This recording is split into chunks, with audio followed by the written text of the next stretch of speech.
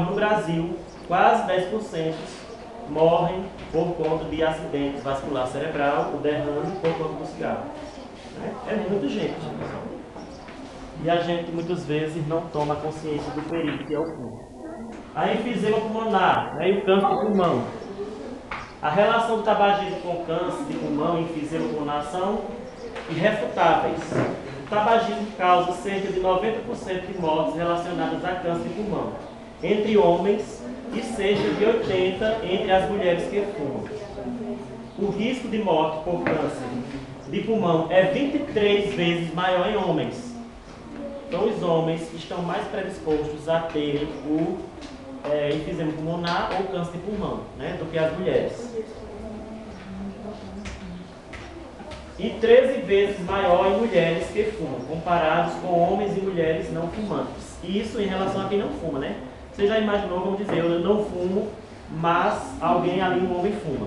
Aí aquela pessoa, aquele homem que fuma, tem 23 vezes mais chance de ter enfisema pulmonar ou câncer do que eu. É a mesma coisa a vocês. Não quer dizer que eu não posso ter, posso chegar a ter, Deus me livre.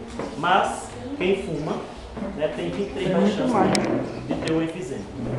O tabagismo está associado com um risco 10 vezes maior de morte por doença pulmonar obstrutiva crônica, a BPOC, caracterizada por bronquite crônica e enfisema pulmonar. Muitas vezes a bronquite, quem está com bronquite acha que pode ser uma resfriada, uma coisa e outra, mas o fumo também causa a bronquite crônica, e a enfisema pulmonar. As doenças cardiovasculares, o infarto do coração. Há evidências científicas suficientes para se chegar à conclusão de que existe uma relação causal entre tabagismo e doença coronariana, levando ao infarto agudo do miocárdio, o IAM. É o infarto agudo do miocárdio. Fumantes de cigarros apresentam 2 a 4 vezes mais chance de desenvolver doenças coronarianas do que não fumantes. Então a gente vai percebendo que todas as pessoas que fumam, os fumantes, eles têm muito mais chance, muito mais predisposição para adquirir doenças do que nós que não fumamos.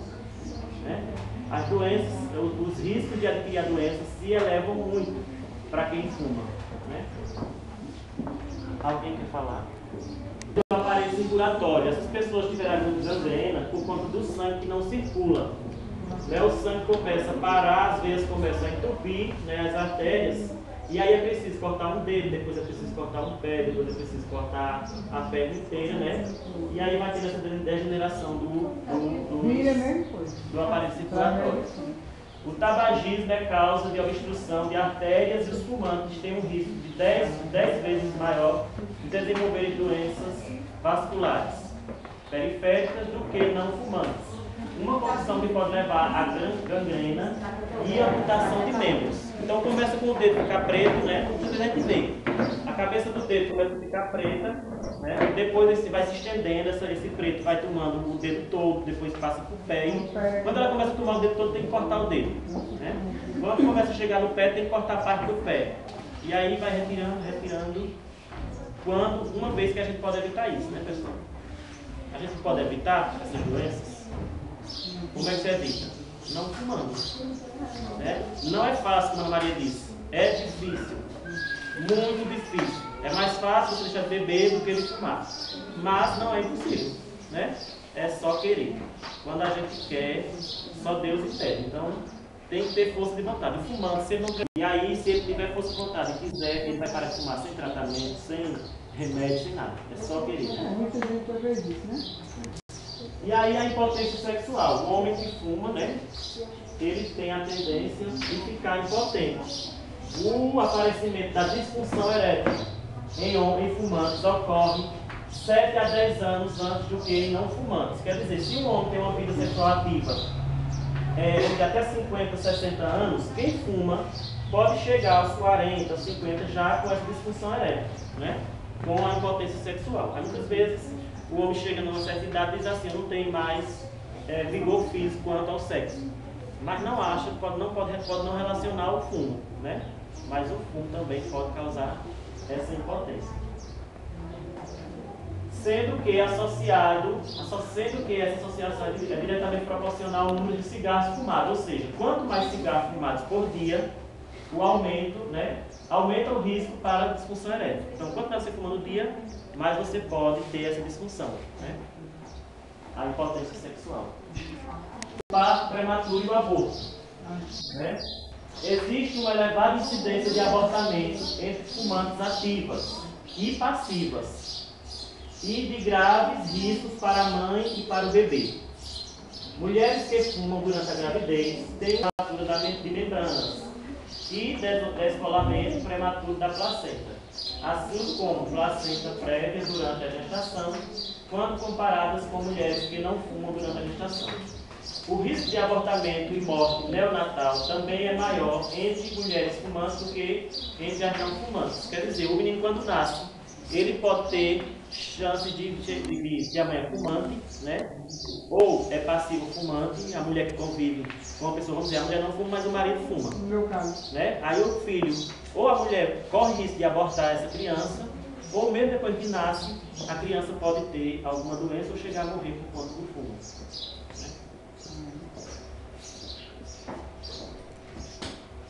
Passivo, é a pessoa que não fuma, mas que recebe a fumaça de quem fuma. As crianças são muito prejudicadas pelo tabagismo passivo, principalmente dos pais, pois inalam as mesmas substâncias tóxicas e cancerígenas dos fumantes.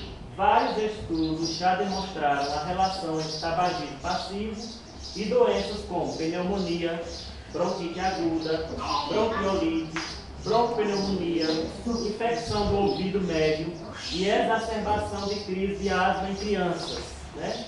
Filhas de pais fumantes.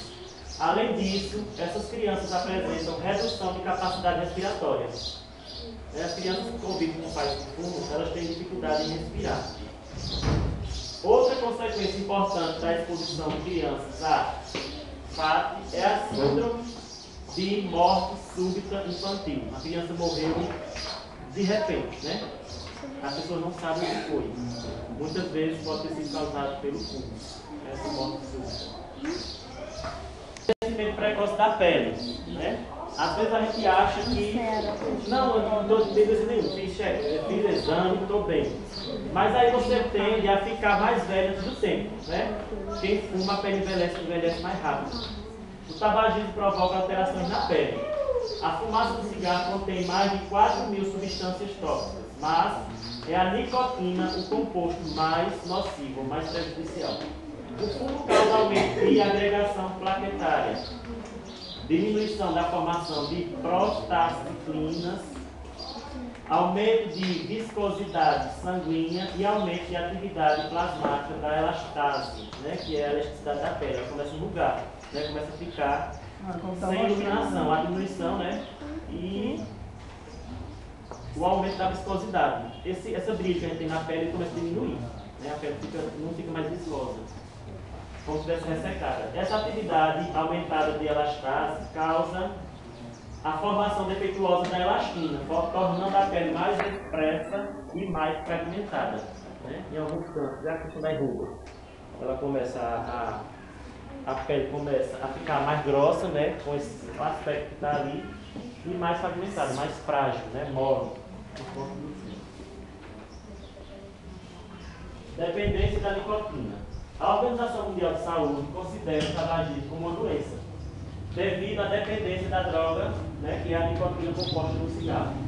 De forma didática, pode-se dividir a dependência da nicotina em 3 componentes, a saber, a dependência física, a dependência psicológica e condicionamentos ao fumar. Esses componentes não atuam isoladamente, havendo sempre uma inter-relação entre eles, sendo que o fumante pode apresentar mais evidência de um determinado componente sobre os demais. Uma pessoa que fuma, ela pode ter mais dependência física, vamos dizer, ficar com o corpo cansado, né? Já outro pode ter o físico normal, mas aí pode ficar